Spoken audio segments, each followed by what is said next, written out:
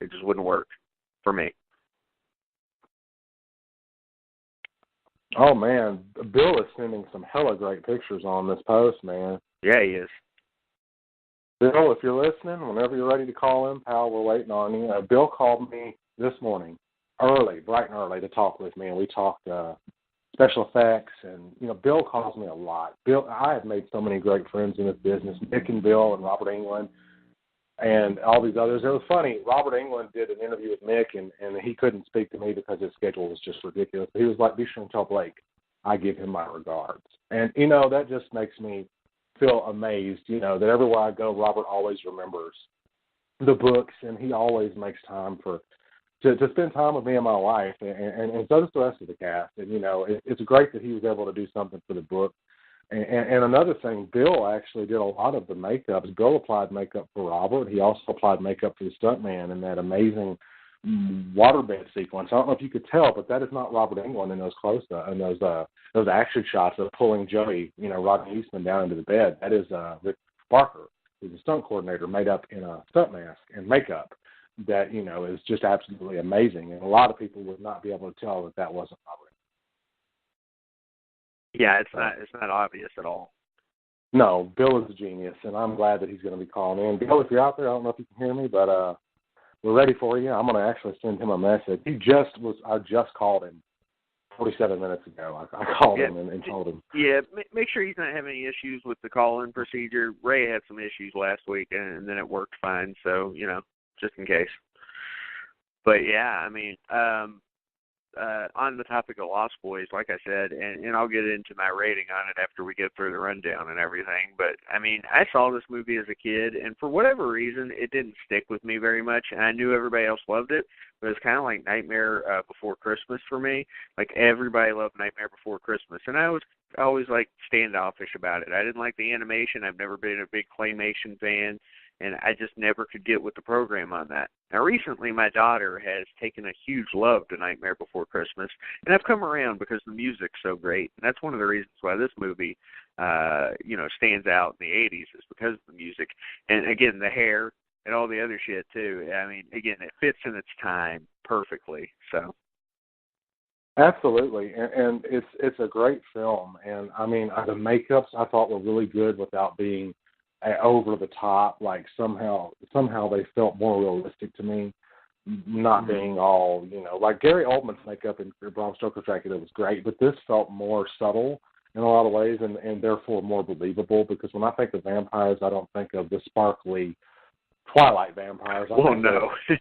Nick Knight from Forever Knight. I think of Lestat de Leoncourt. I think of Louis Pointe-du-Lac. I think of these vampires, and I think of Dracula. And I do like the more subtle vampire, and I believe Bill is calling right now. He says he's on the call. He's just waiting to get through the little screening process. And 3, 2, 1. There he is. What's up, Bill? How you doing, bud? Hi, this is Bill. I'm doing fine. Am I here?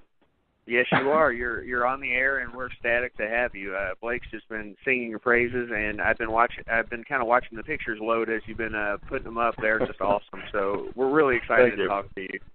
Well, thank you very much. That's a slow day. I used to post, a couple hundred per day. Then all my friends would comment, "Are you retired?" Well, I guess so. One of these days I'll figure out a way to get paid per picture, and I'll be in real big business.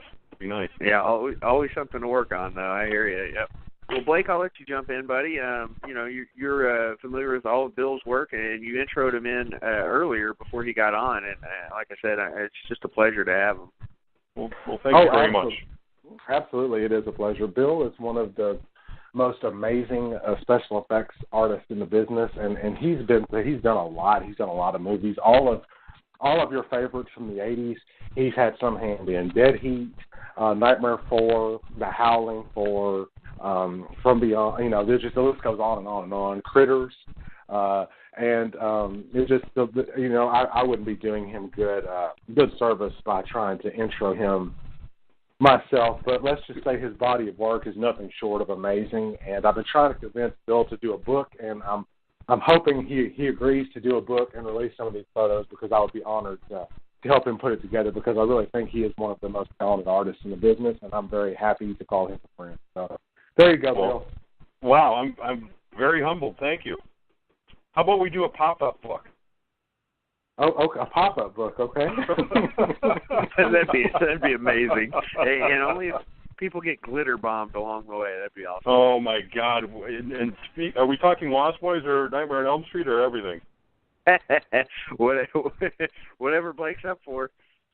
Well, the only reason talk about both, whatever Bill wants to talk about. Yeah. Well, you bring up glitter bomb, and that's a funny thing. I was just thinking in Lost Boys, when they go to stake them in the cave, they wanted something. Greg Canham wanted something different than normal blood, and we put together methacellulose and sparkly stuff, and it was all glitter, just like Twilight. I'm like, it didn't really read too well, and I'm just glad we didn't get busted for having sparkly glitter disco blood like Twilight did.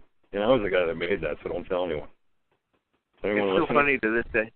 To this day, I still see, memes and stuff where, you've got the vampires from Lost Boys and the vampires from Twilight, and it's like, this is a vampire and this is crap. Right. So, yeah, it could have gone the other way. So it worked out. Well, absolutely. Well, that's my 2 cents worth. You go ahead, Blake. Oh, no. I was just enjoying it, and I don't know if I have permission to share, but Bill has in his actual Facebook page, he has done some of the vampire makeups on himself, and let me tell you, I am so much of a huge fan of his execution of vampire makeup, because we were just talking about it. It's subtle without being completely over the top, but when it is over the top with the exaggerated lines on the face and the arching and everything, it's just... He shared some photos from, I think it was about a week or 2 after the Buffy the Vampire Slayer movie shoot. He had done himself up fangs and contacts, and then also there's one of him where he does the full-on vampire face. And it's beautiful. I think it's impressive that he does such quality makeup on himself, and it's the same quality that he would use on anybody else that was getting made up. And again, I brought up Dick Smith, and I'll bring up David Miller, too, because when Bill left and went to Hollywood, he got a job. I believe it was at Universal Tours, wasn't it, Bill?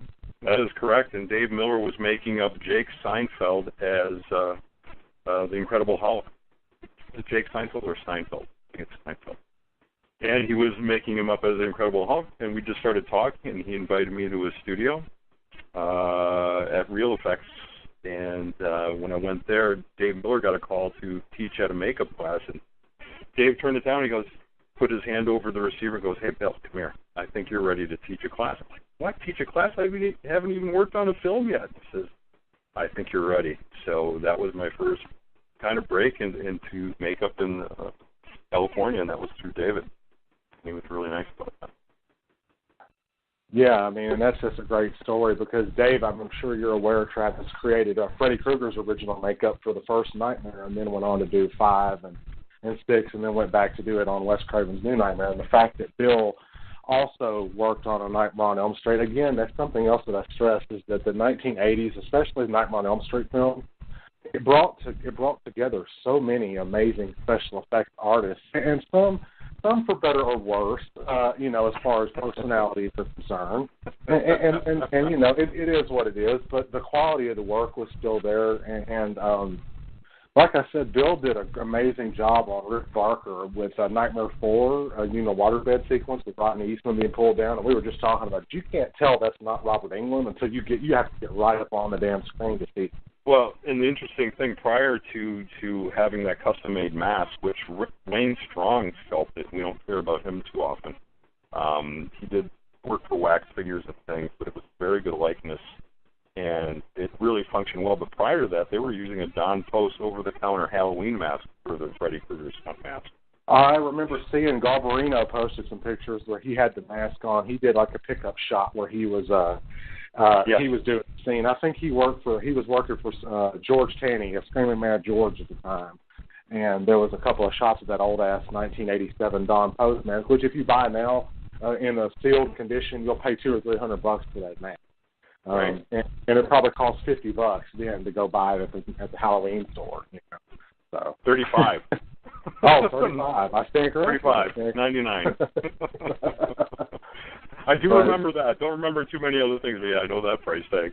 But, I mean, again, with the topic of the discussion not only being the behind the screens, which Bill has contributed an amazing amount of footage to, and I've actually Bill sent me his script for that, Travis, which I think is one of the coolest props that I've ever had, because when I opened it up and I saw the script, I told my wife, I said, when you get home, you're not going to fucking believe what I've got in it. And people would kill for that, and Bill sent it to me, and it was an unexpected gift, and I got it on Valentine's Day, which was funny, because I didn't expect, I took my wife out, and we had dinner. And I didn't draw hearts on it, though. Sorry about that. I wasn't expecting a secret Valentine's with anybody else, but... Oh, my goodness. But the package arrived on Valentine's Day, and the script, and it was just amazing. So to have a piece of Bill's work with me everywhere I go, to my book signings, in my office, to wherever, it's amazing, because again, The Lost Boys was the first modern vampire film that I'd seen, and I really want Bill to talk about